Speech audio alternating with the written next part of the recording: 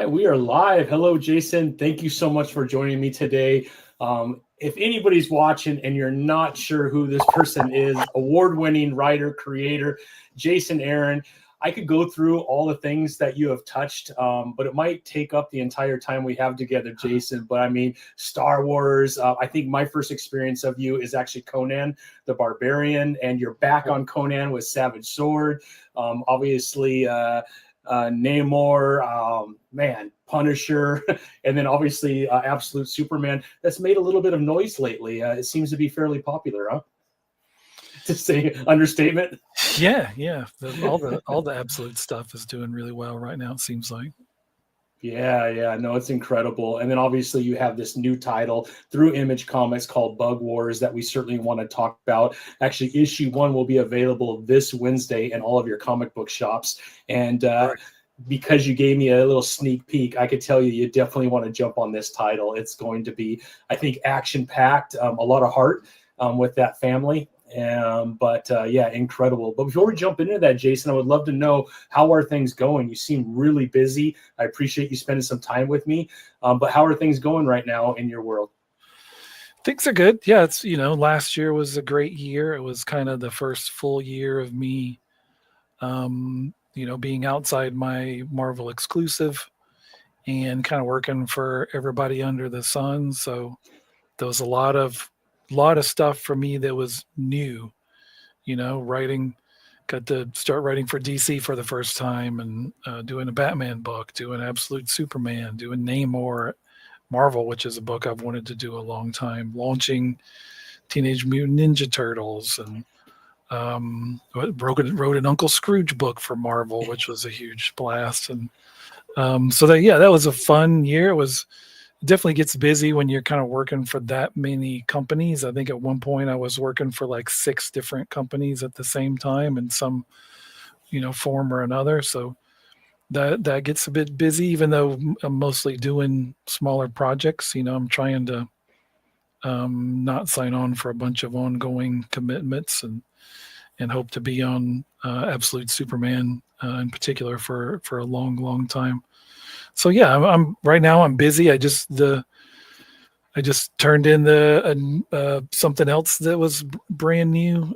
Turned it in today. It's a thing for Marvel that another character that I've been a fan of for a long, long time that I've wanted to write, that I finally got to. So I'm busy, still busy doing new stuff, but kind of not too busy. I'm still trying to keep a handle on things so I don't wear myself out. Yeah, makes sense. Well, I would love to kind of go back in time real quick, and then we could come back to today if that's all right. But sure. I would love for you to maybe share with us where the passion for storytelling began in your life. And was there 1 or 2 people in your life that really helped guide you into that passion?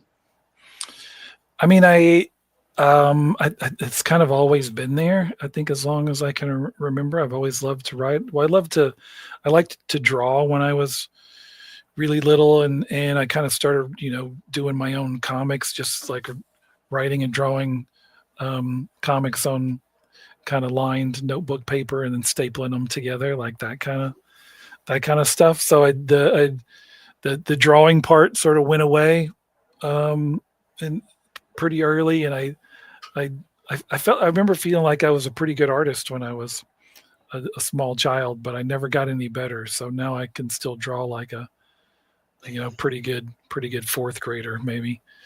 But I think I had good teachers. I remember a really good English teacher, like in 6th grade, who encouraged me to write, and just kind of had that hunger, and it never went away, I think. But a lot of this you can kind of see reflected in Bug Wars, like, even though it's this weird book about insects and tiny barbarians, it's also a very personal story. It's literally set in the backyard that I played in when I was 10 years old, which is the age I was when I started to get into comics in a pretty big way. Is a lot of those DC books from like the early 80s that were big for me. So I think I love to read. The stuff I was starting to read and spending all my time in that backyard, playing with toys, running through the woods, making up stories in my head. I really think that was kind of the beginning of me, you know, wanting to do this for a living, like wanting to grow up and just spend all my days basically wandering around that yard, making up fantasy sagas in my brain. That's incredible. And then when you finally did get into comics, did you grow up more of a Marvel guy or a DC guy? Do you remember, or was it a blend of both? No, I was for sure more of a DC guy in those days. The like New Teen Titans was a big book for me. Atari Force, Blue Devil, Alan Moore's Swamp Thing. Of course, like, once Dark Knight Returns came along, and Crisis was huge for me, and all the stuff that kind of launched out of that, like the Superman and Wonder Woman, and I've been reading Batman monthly, going back to like kind of those pre-Crisis days, so yeah, it was mostly DC stuff for me. I lived in a small towns in Alabama, and we moved when I was in like the 7th grade, and there was one other guy in my grade who liked comics, and he was a big Marvel guy. So we'd get into arguments about who was better, the X-Men or the Teen Titans. But it was I think the first Marvel book that I fell in love with. It was either, I don't remember which one came out first. It was either the Mutant Massacre stuff and X-Men. That's when I started reading X-Men. And the Kraven's Last Hunt story and Spider-Man. That was the first time I started reading Spider-Man. Those are pretty good ones to begin with on the Marvel universe, for sure. Now, yeah, still two of my favorites. Yeah, exactly. Now, when you professionally signed on with Marvel, right, you had an exclusive. Was there any disappointment that it wasn't DC since you grew up with DC, or were you just happy to be there? I mean, DC could have had me if they had wanted me at the time. Honestly, I mean, I was at DC. I mean, I was doing Vertigo stuff. That's right, yeah. Which I loved. I mean, it's DC, but also it wasn't. Like Vertigo was kind of its own little clubhouse within DC Comics. And I did one DCU thing back in those days. I did a Penguin one shot as part of the Joker's Asylum books, which was a lot of fun. Got to work with the late Jason Pearson.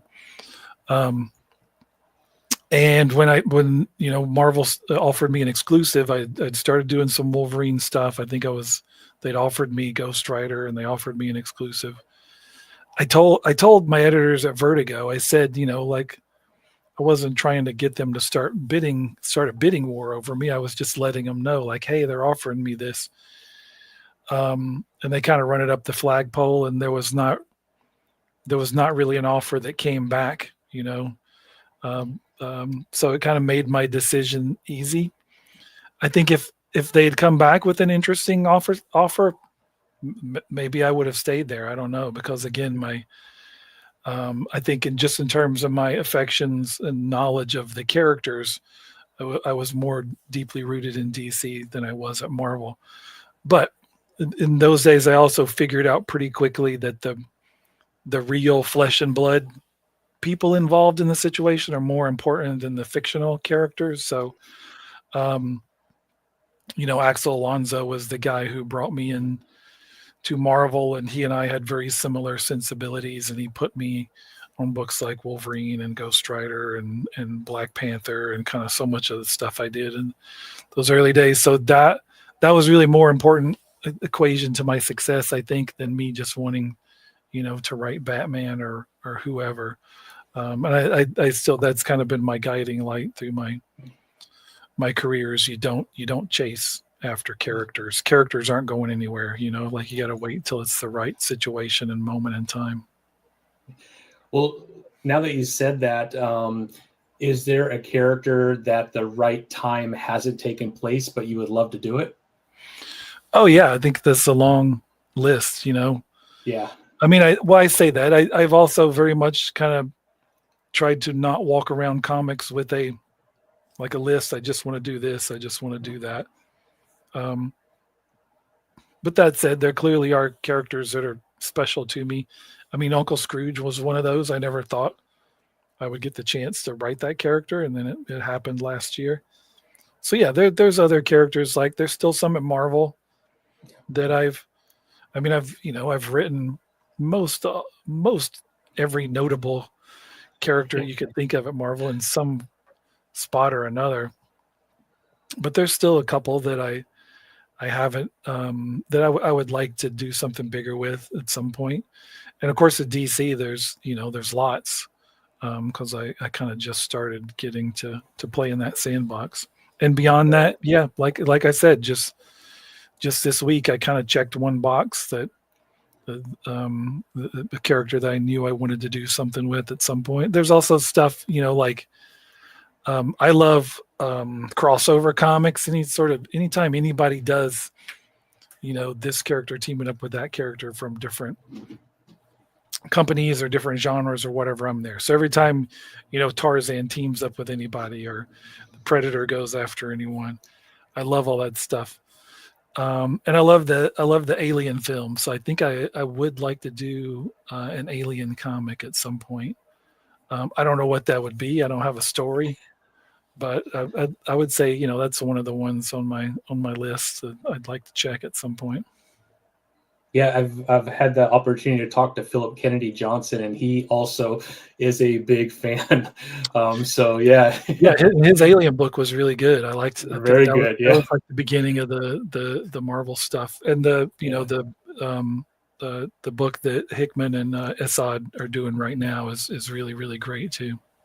Yeah, incredible. Well, then we jump over to obviously Teenage Mutant Ninja Turtles. I think a lot of people were surprised when your name popped up on that one. We're already through 6 issues, so I feel like it's going really fast. I don't know if you're feeling the same way around Teenage Mutant Ninja Turtles. Yeah, I mean, it all feels like it goes fast once the train kind of gets up and running. I mean, it's one of those where it feels like it takes a long time, like you're working on it for a long time before you can talk to anybody about it. But then once it's coming out, it seems like those months fly by. And yeah, it's been a long experience of working on the Turtles and getting to work with a lot of different artists over the course of those first 6 issues, and now, with 6. Juan Ferreira comes on as the main guy, and he's working on issue 8 right now, and just every issue he does just looks better and better and better. He's absolutely nailing the tone of this story. So yeah, that's it's been fun after being at Marvel for like 15 years and doing a lot of big stuff there that I thoroughly enjoyed. It was nice to be able to step outside that and do things that did feel surprising, like you said. I mean, Turtles was a book I never really thought about having a chance to write those characters. I enjoyed those characters. I read that book going back to when it was, the big oversized black and white Mirage Studios days, but kind of never crossed my mind that I would get an opportunity to write those characters. I think I've been reading the IDW book from when it first started and enjoyed that. And then seeing what Tom Waltz and Kevin Eastman did with the Last Ronin stuff was really cool. And that was the first time I kind of started to think like, oh, I might have a story I could tell there. And then, then IDW gave me the call. Yeah, that's awesome. Now, when you one thing that I find really interesting, you are on quite a few titles at the same time.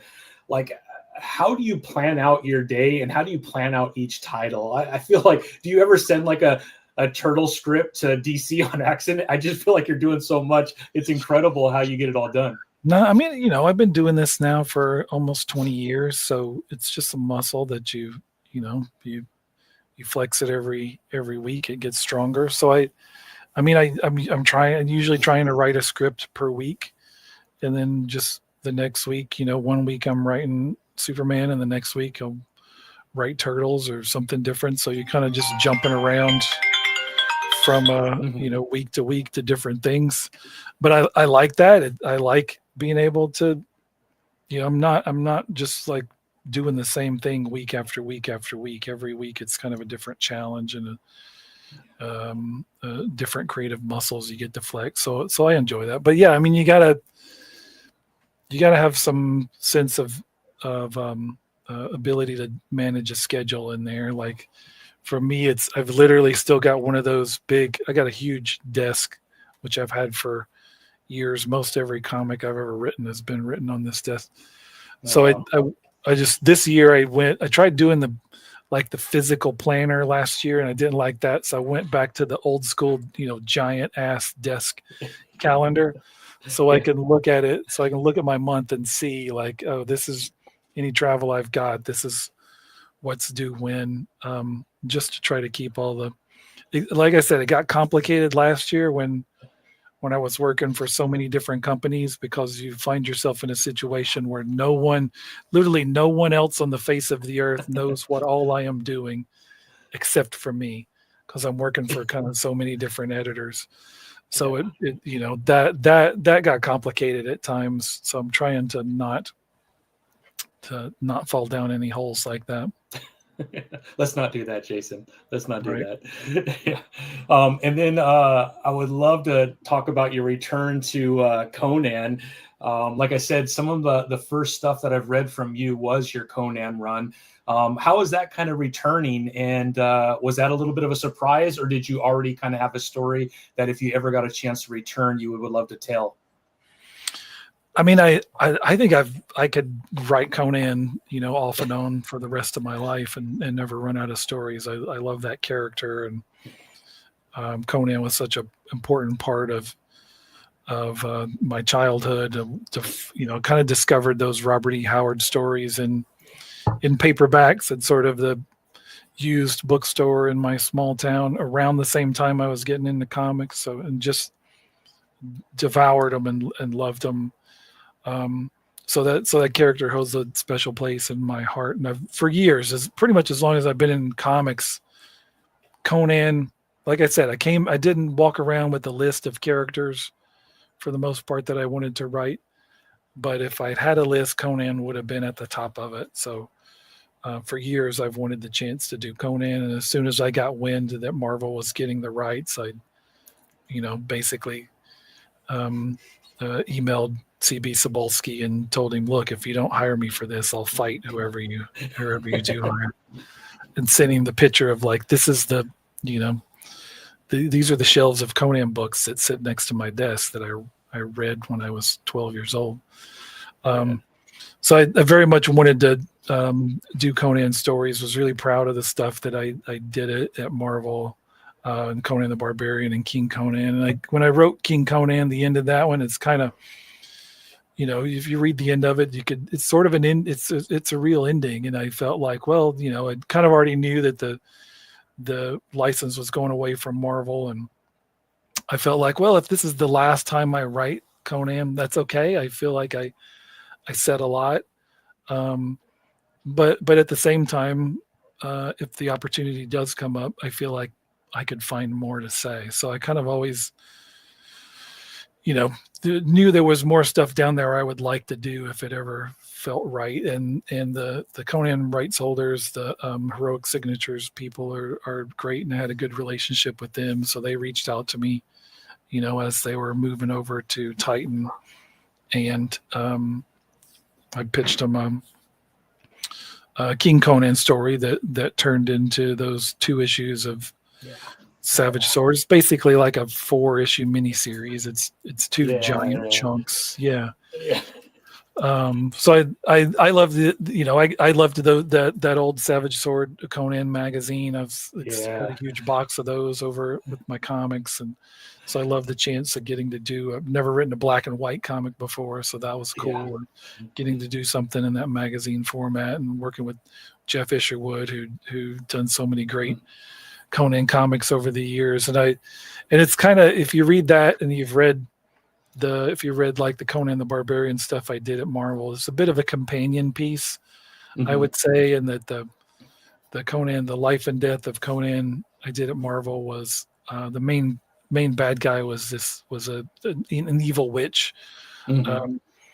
and with this one, it's sort of Conan running up against another witch, as an older, aging King Conan, and he's had a lot of experiences with witches and sorcerers, and they've all gone badly. But he kind of starts to see things from a different perspective in this story. So I wanted to do a story that was a bit more nuanced portrayal of a witch character, and again, writing that story, I felt kind of the same as I did with the previous King Conan, where if this is it, if I never get to write this character again, that's cool. I'm happy, but if another opportunity comes along, I could definitely come up with more. I feel like sort of like the way Garth Ennis continues to go back and find awesome Punisher stories to tell, or awesome Nick Fury stories to tell that all kind of weave together. I feel like I think I could do that with Conan the rest of my life and be perfectly happy. Well, I hope that you return because of 2 issues where you did kind of take over the entire magazine, and I absolutely loved it. And it did bring a lot of memories from the last time that you wrote. So hopefully we get a little bit more of that too from you, Jason. That'd be awesome. Thanks. Maybe someday. There's nothing on the books right now, but yeah. We'll see. Yeah. And then lastly, before we jump into Bug Wars, because that's what we really want to cover, this has, I think... I don't know, when you sat down with Kelly and Scott, you all were kind of working together on this whole Absolute universe. Obviously, I think the thought was this could be really big. Did you think it would be as big as it is? I mean, if you look at the top 10 comics, and again, we don't get a lot of good readings anymore like we used to on, what's selling the best every single week.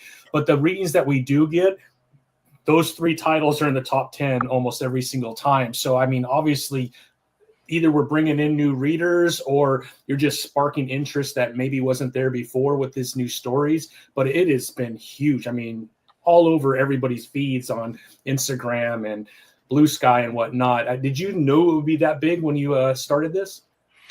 I mean, I never really think about that part of it. I mean, I think I knew, when Scott and I first started talking, and I got excited about the thought of what we could do, and it just seeming like the right time for something like that. I mean, yeah, I definitely felt like, oh, this could be a big thing. Like this could hit really big. And then as the books started to come together, looking at them and being like, oh, these are all like really good too. So yeah, I think everybody felt really excited. We were all exciting each other with the things we were doing. So you always hope that if everybody who's working on this feels excited and joyful about it, you always hope that'll translate to the audience, to the retailers and everybody else. And in this case, it very, very much has. Yeah, I would say absolutely. It's been a fun title, but all the Absolute, I think, has driven a lot of new excitement. All in general, though, I feel like I'm more of a DC fan than I am a Marvel fan, although I love it all. New 52 when it first came out, I was really excited. But man, All In has been just a blast, and then to have Absolute going on at the same time that All In, I just feel like if you're a DC fan, you got to be happy with everything that's going on right now. It's been a lot of fun, and the titles are incredible. Yeah, I think it's an exciting time for DC. It's wild for me because having just kind of come over there, I didn't really have any relationships with anybody.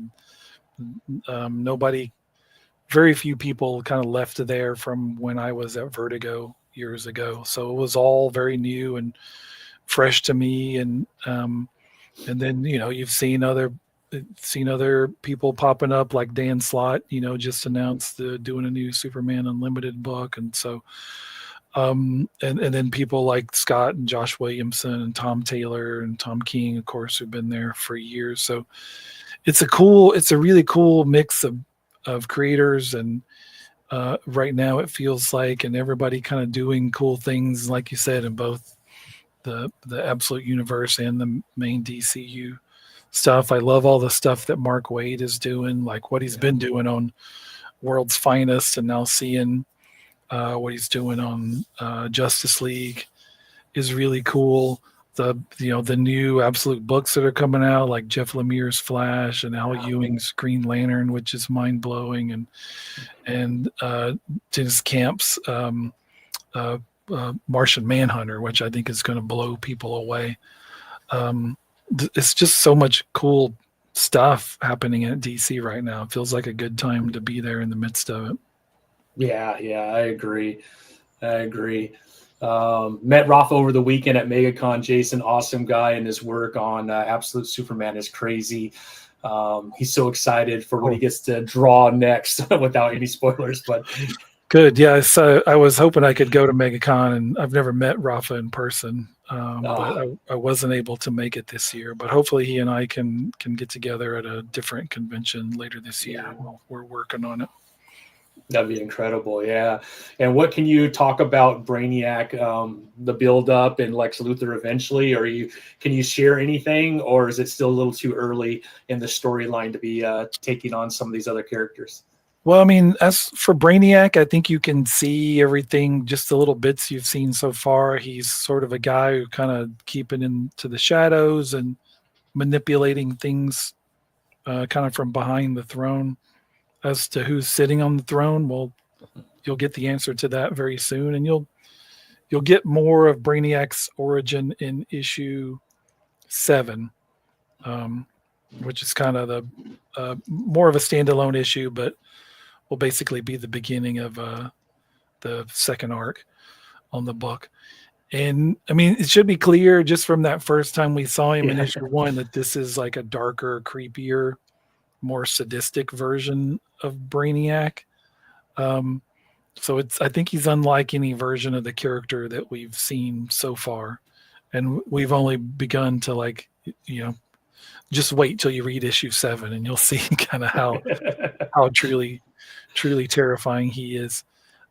As for Lex Luthor, I very intentionally wanted to steer away from Lex in this opening arc just because I feel like so many times you see like, here's a brand new take on Superman. It's Superman fighting Lex. So I wanted to do something different. And like I said, we still haven't really shown who the main villain of this story is, and you'll get that revelation soon. You can guarantee that we'll see Lex at some point.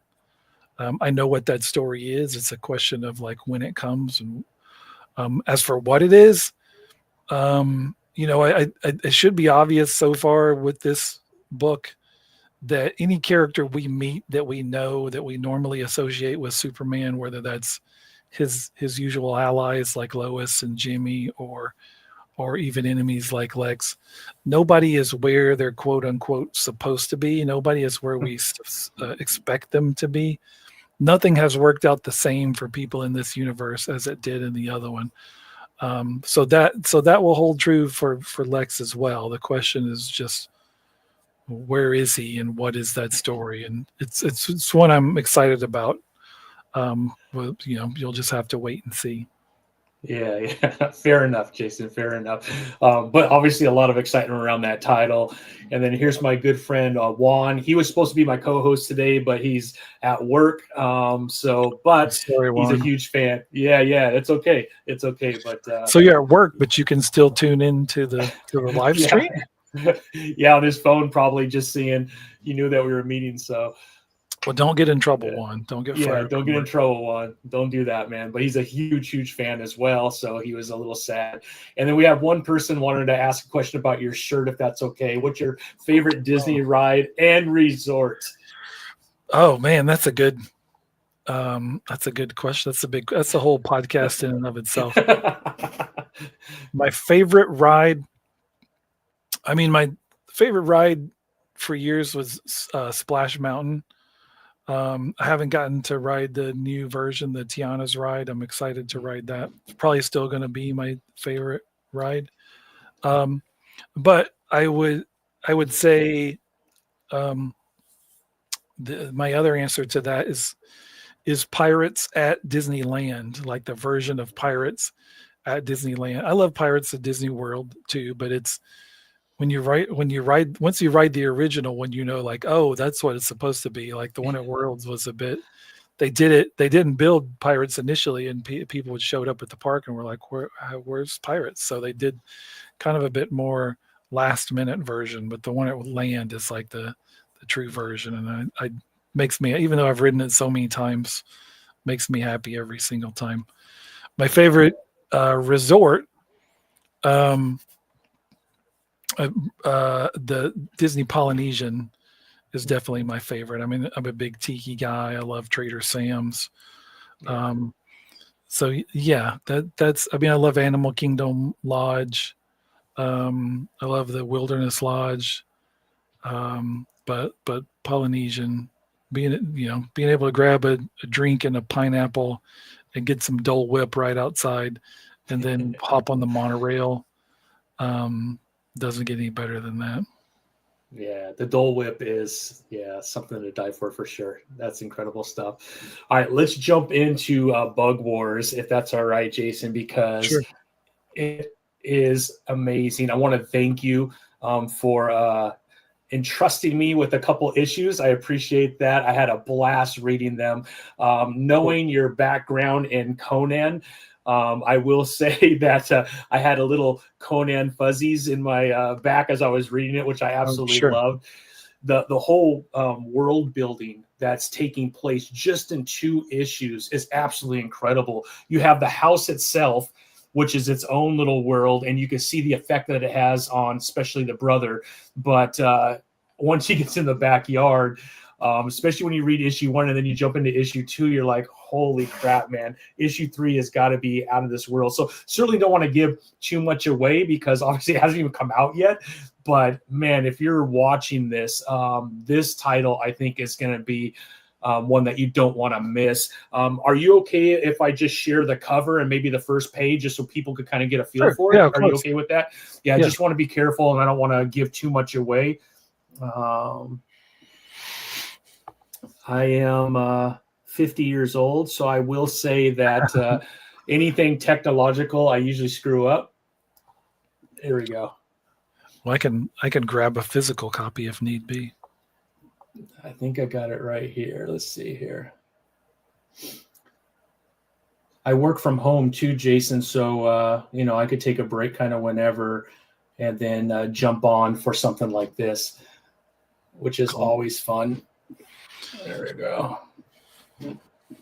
So I have a bunch of work stuff open, which is never good. Well, I got a bunch of work stuff open too. Do you? I'm sure you do. I think a lot of people would like to see your work space. Well, this is it. I just moved late last year, so this is the new space. This is where are you at?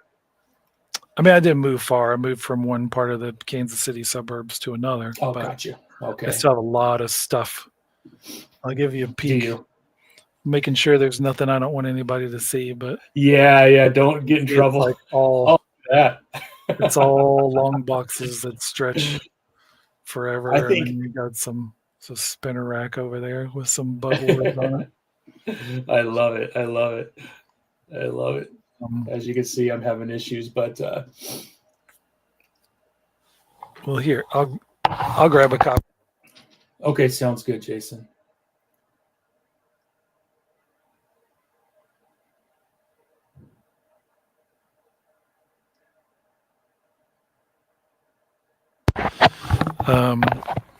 This is, there's definitely a lot of Conan that went into this because, again, the roots of this book go back to when I was 10 years old, playing in the yard, fall in love with comics, fallen in love with fantasy stories through Robert E. Howard's Conan. And this book is set in that exact same yard. In the back, there's a map, which I kind of drew the original crappy version of the map, but this is like the cleaned up, pretty version. This yard is like my backyard that I played in when I was 10 years old. Same house, same layout, same woods, everything. So Conan was a part of what I was getting into back in those days. And this is, the book I'm doing with Mahmood and Matt Wilson, the guys the art team from my Conan the Barbarian and King Conan run. So you can see we're tapping into some of that same widescreen epic fantasy stuff. Mahmood just does. I mean, the art is just, every page I feel like is jumping out, and I feel like you're ducking from a sword. It's pretty incredible, the art and the detail. A lot of times you get the real detail in the actual character, but the background, just because, a lot of artists have a lot going on, you don't get a lot of detail in the background. Right. The detail in this, you could get lost. And I'm wondering how many Easter eggs might be planted on some of these pages that you have to pay attention to, that you might see later on in other issues. For sure. Yeah. Detail. Yeah. You're right. There is some of that. And yeah, it's a lot. Like we've been working on this for a while. We first started working on this a couple of years ago at this point. It took a long time to develop this world and develop the different, within this yard, there are different tribes of mites. Yeah. So there are the mites that live with the ants, and the ones that live with the beetles, and the witches that live with the spiders, and they all look different. Their culture is different.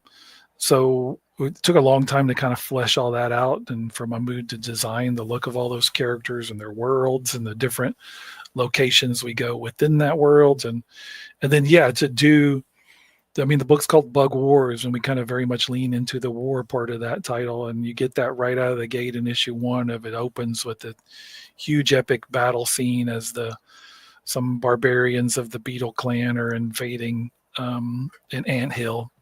Yeah. And fighting the armies of there's actual ants, which are sort of like the size that I picture them as like big dogs, basically. And then there's the mites who live with them, who are also part ant. Like they're the only tribe of mites that are kind of interbred with ants. So they have ant characteristics. Some of them have 4 arms, and they all have antenna and that sort of thing. And so it's this epic battle of these two armies fighting, on an anthill. And again, we wanted to like sell the kind of stakes and the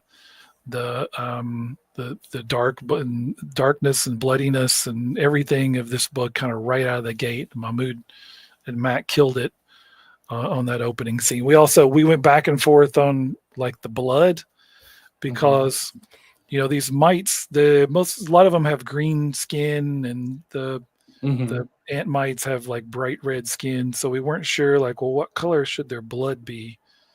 Well, they're different. They're different iterations of this, with like them with different colored blood. But we ended up settling on like bright ass green, which I really love. Yeah. So that's just the beauty and power of Mahmood and Matt Wilson together. I love what those two guys do together. And so, the other thing is, with this book, this is the kind of story that you would kind of set up. There you go. Kind of set up to normally equate to like a kid story, right? Like the main character is a kid. He gets shrunk down, and he goes on an adventure in his own backyard. That's Honey, I Shrunk the Kids, right? But this is not Honey, I Shrunk the Kids. This is the dark and brutal version of that kind of world. So these are bugs that will tear you apart and eat you, and mites who will rob you and gut you and leave you to be eaten by ants. And so it's a dark and brutal world hidden in the grass and the weeds of, again, this backyard in the backwoods of Alabama. So we also wanted you to make it pretty clear right in the opening of the book of like, this is not a kid's book. This is main character is a kid, but this is not Honey, I Shrunk the Kids. This is the Game of Thrones version. There you go, right there. There's that page you were showing right there. Yeah, no, absolutely. You know what also has been really interesting? Obviously, I love the war part, everything that's happening in the backyard, but the family dynamic and what each of them are going through individually. You have a very optimistic, hardworking mom. You have Sid, who obviously, and you want to be careful not to give anything away, but he's gone through some major trauma that he's having a hard time overcoming, right? And he lives with it every day, and he's not sure.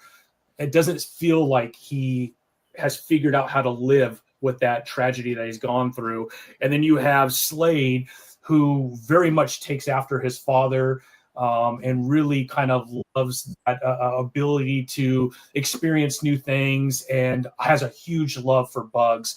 So hopefully I'm not saying too much, Jason, but No. man, that family dynamic that's taking place has been a lot of fun. Can you kind of talk a little bit about that as well?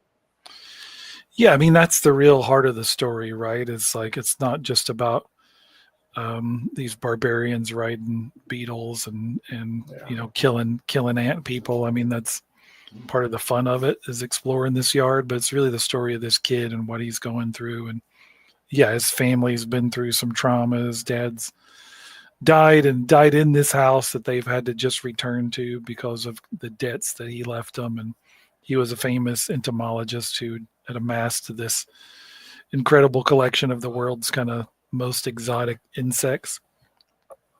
And all those insects are in this backyard. So that's why this one backyard in West Bottom, Alabama features the weirdest bugs from across the planet, right?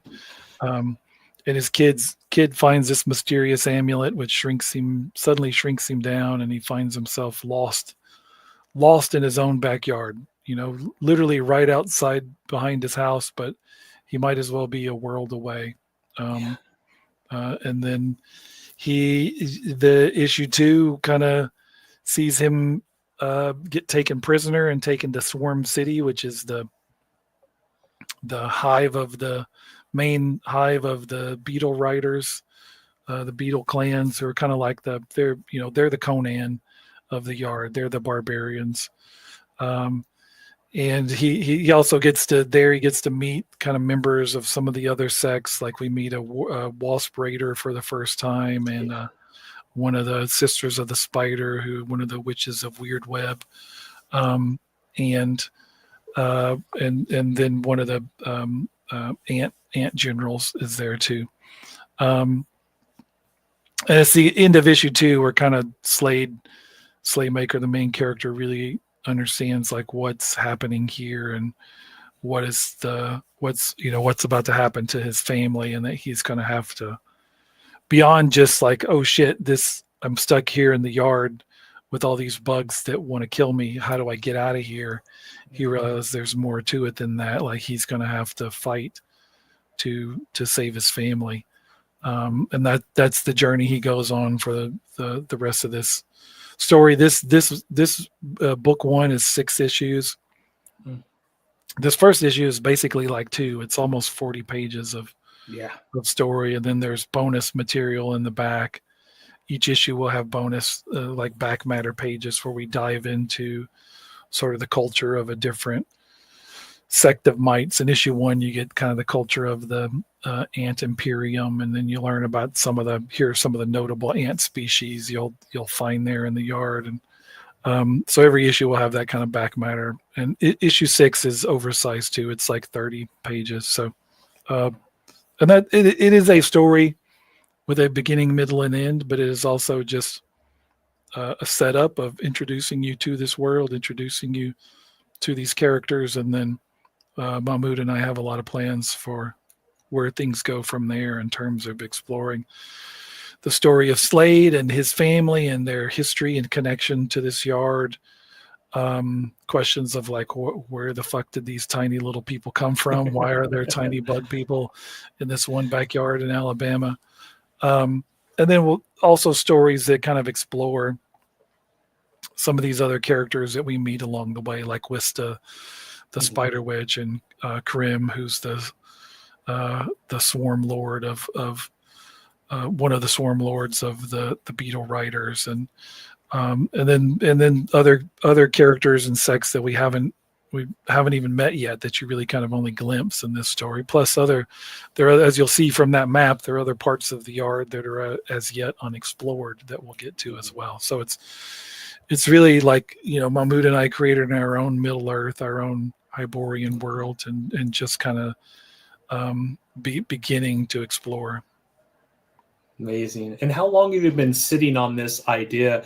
Jason, of this type of a story? Is this something that just came up in the last year or two, or have you kind of had this in your back pocket for a while and just the timing was right to put it on paper?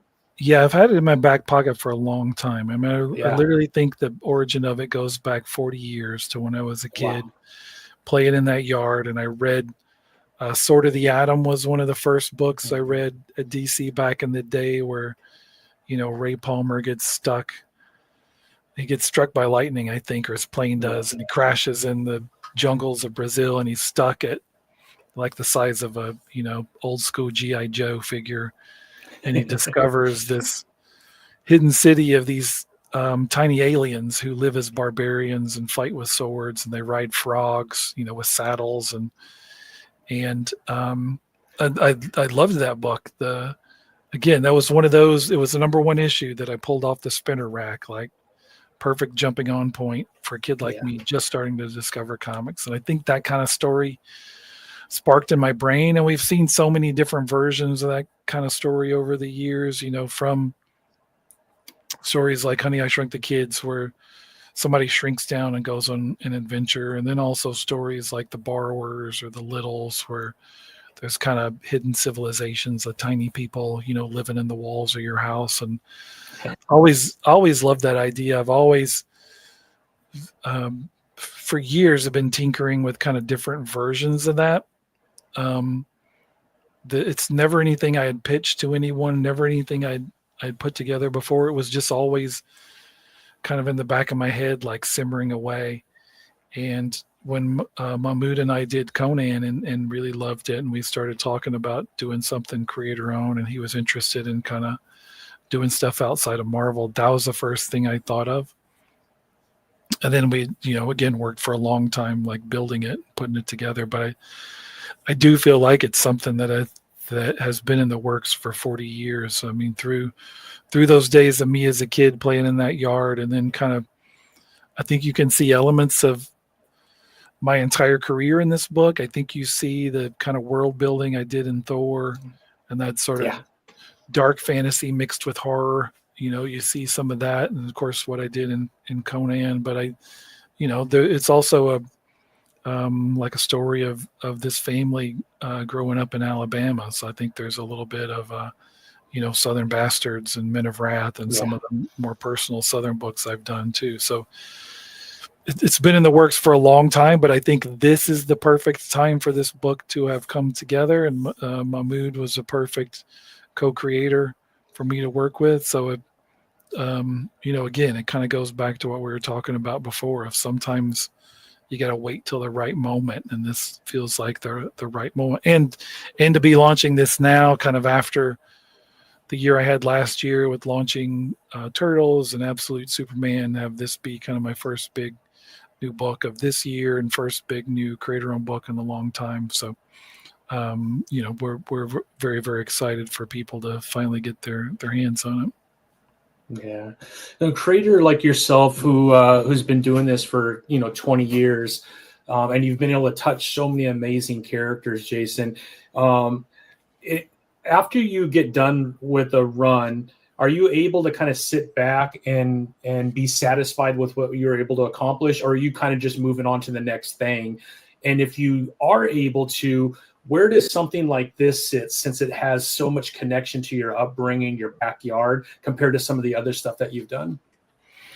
I mean, yeah, I think it's both. I think you want to be able to feel happy and proud of what you've done, and but you also don't spend time like dwelling on the past. I mean, it's always about like, what am I doing now? And when people ask me the thing I'm most proud of or excited about, I mean, my answer is pretty much always like what I'm working on now, which is not a phony answer. Like, it's very genuine.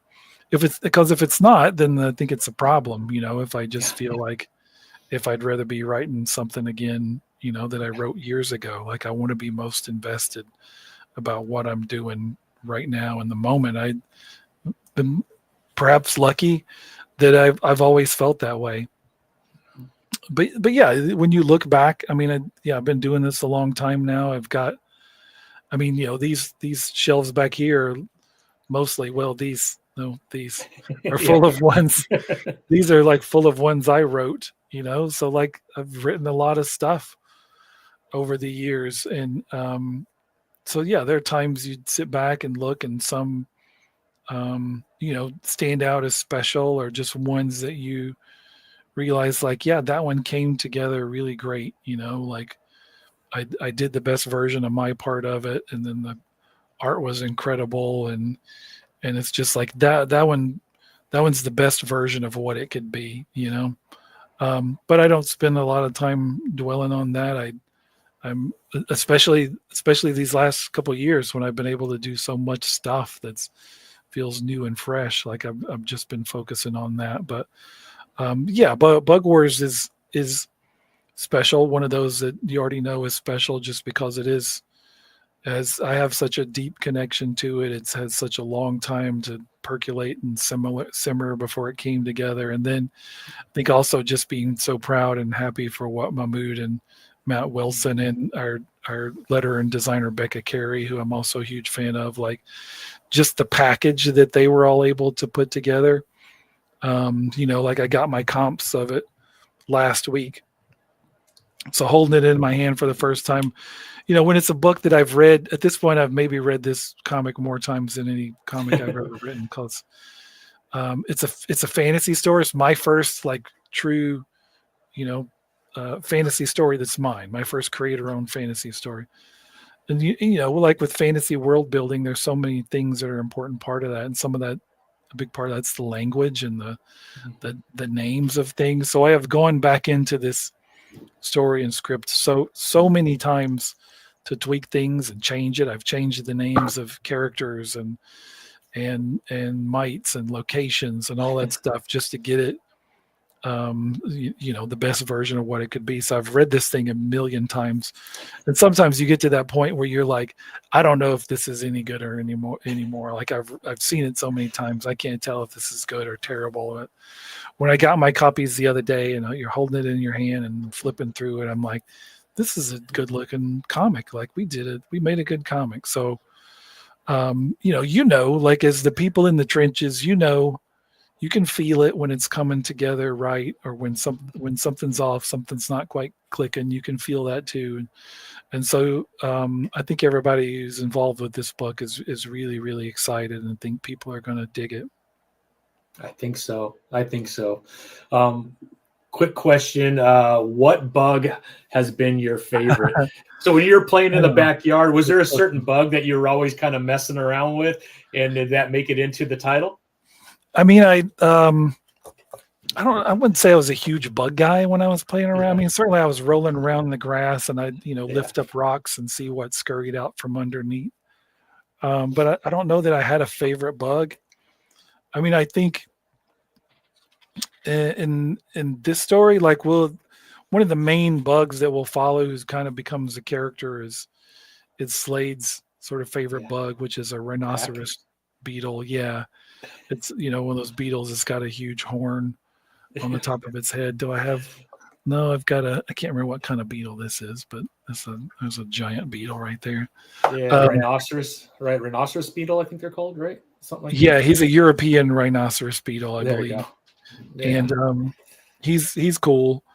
But an issue, I think it's issue 4, we get to meet the bombardier beetle, who is a beetle who, when threatened or riled, will spray acid from its butthole.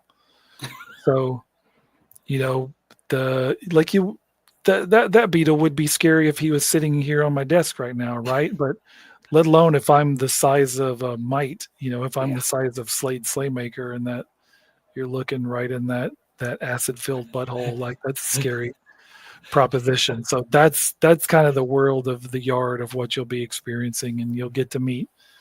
I mean, my research shelf over here behind me is like filled with bug books. So yeah, I know a lot more about beetles and ants than I did before. That sounds fun, though. It is such a good title, Jason. I'm so happy for you that you've been able to work with such an amazing team to get this out. It comes out this Wednesday.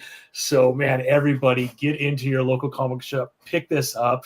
Now, you said this first arc is 6 issues, but will it be an ongoing, or will it be 6 and a break and then 6 and a break, kind of like AWA and some of those other titles do it? Yeah, it'll be 6 and then a break. We'll put the trade out, and then by the time we get to 6, you'll know kind of what the next thing is, and we'll mix it up. It's not going to be like every chunk is 6 issues. I think the next arc in terms of the story of Slade and his family will be a bigger story than this one, so it'll be a question of how we break that up. But I think you'll also see us doing other things in the middle there too. So I think you'll see some kind of oversized one shots and specials that'll be here's multiple stories about different characters from within this world, kind of sprinkled in the middle of the bigger narrative. Because there is a big overall narrative. There is there's kind of multiple stories I want to tell with Slade and his family and what they go through. But like I said, it's such a huge world, and there's so many other characters and so much terms of the history of that world to explore. And my part, I've written this entire thing. Mahmoud's drawn almost all of it. He's working on issue 6 right now, so it'll we're almost done with the entire thing before the first issue comes out. So as soon as I finished that issue 6, I was bummed. I was disappointed because I've enjoyed it so much. So now I'm ready to start writing what's next. Because I don't want to leave this world. I'm having so much fun. Part of it, I do feel like this is the perfect time for me to do this book, but also I'm for a kid who grew up so in love with Conan and so in love with fantasy stories. I'm like, why did I wait 20 years to do my own fantasy story? Because this is so much fun. Like I said, I fall down so many rabbit holes of obsessing over word usage and names for things, but at the same time, I love it. Yeah, I mean, I think this really helps you draw out all those creative juices, right? Because although I would think Absolute Superman, just because it is, I don't know if you call it Elseworld, but it is, different from the main world. You're able to kind of do a little bit of what you're doing in Bug Worlds, right? Where you could bring in things that you think would be really interesting in that story. Whereas if you're doing some of the other titles like Namor and something like that, right, it already has so much history that you kind of have to stay a little close to that in order for that fan to recognize. I don't know if I'm making sense, but does that happen too with the Absolute, where you're able to do some of that? I mean, I feel those books are all very different. I mean, I feel like with Namor, I've had a blast doing that book. I think issue 7 of that just came out, which is one I'm really proud of. And that part of that book is the long history of that character. It's kind of one of Marvel's very first characters, and the path he's walked to get to the present day, which has been a very dark path for him. But that book also has a lot of new to it, and it's kind of exploring the undersea world of Marvel, which is a world you've seen so many times in different books, but it's one of those that sort of like when I took over Thor and was trying to figure out the Norse realms, when books would go there, they would be different, right? They would look different, and there was kind of not always a lot of consistency over the years. So I wanted to kind of bring consistency on Thor, and it's been the same way with Namor. If I wanted to be like, this is the landscape of the underwater world. These are kind of different factions and different important parts of it, and this is what the language they use. Like part of the book is telling you that there aren't 7 seas to them. They're like 700. Because they of course they see the oceans in a completely different way than we do. So I've had a blast with that, just exploring that undersea world. Like that was, I kind of wrote all that before Bug Wars, and that was a good kind of precursor to. It felt like a lot of the stuff I had done on Thor, and I think helped me like as I started on Bug Wars, which this is like the pure uncut version of that. So yeah, I mean, I think all those all those books are super fun. What I'm getting to do on Superman does feel like very fresh and new, and we're telling stories we haven't seen before, but also getting to kind of pick and choose what toys we want to use, from the other universe, and really not just, I'm getting to build the Superman part of it, but then collectively all of us working on these books are getting to build the entire absolute universe, and like, what is the history of this place? Like, were there ever superheroes? If not, why? What happened to them? So those are questions we've only just started to kind of answer, and you'll be seeing soon. So all of that, everything I'm getting to work on feels very fresh and fun and new. So I'm kind of spoiled in that regard. I think as readers, we're pretty spoiled too, Jason. You got a lot of amazing titles going on at the same time. And I would have to put you up there with one of the most popular creators over the last year and a half with all these titles that you've touched. So congratulations on all the success. Well deserved. Obviously, you worked really hard for that. And I cannot wait for Bug Wars. I do want to be super respectful of your time. I can't tell you how much I appreciate you giving me a little over an hour of your time to be able to talk about all these amazing titles that you're touching. And of course, everyone that's watching, please get to your local comic book shop this Wednesday, Bug Wars issue 1. Make sure that you pick it up. There are, I think, 6 different covers, so collect them all. And I think this is going to be a title that we'll be talking about in the next year and a half or so, going, dang, I cannot believe where it started and where we're currently at. And I cannot wait for that. And I hope, Jason, that we could have you back when we're having that conversation, so we can kind of get a feel for where you're at and what you're thinking around Bug Wars again. Sure. Yeah, I'd be happy to. Yeah, I haven't I got this news today, so I haven't told anybody yet. So this will be a secret. Let's all keep it secret. But Bug Wars #1 is sold out. So at the retail, at the distributor level. So so make sure you get to your comic book store on Wednesday and grab a copy before they're all gone.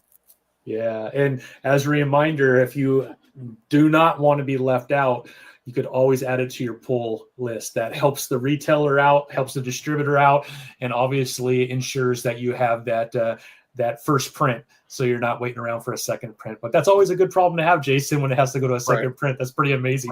Like, what print are you on issue 1 of Absolute? 3, 4? I think 3. Yeah, I think 3 just came out. It's about to come out. Yeah, Batman's up to like 4 or 5, I think. Yeah, incredible, man. The Absolute universe has just been so much fun, and I cannot wait for all the new titles coming out. But man, Jason, I can't tell you how much I appreciate you giving me the opportunity to share your story with everybody, and I hope that we could do this again, my friend. Cheers. Yeah, I would love to. Thanks for having me. Yeah, thank you, Jason. I wish you a great week, and we will talk soon. Cool. All right, thank you, everybody. Appreciate it.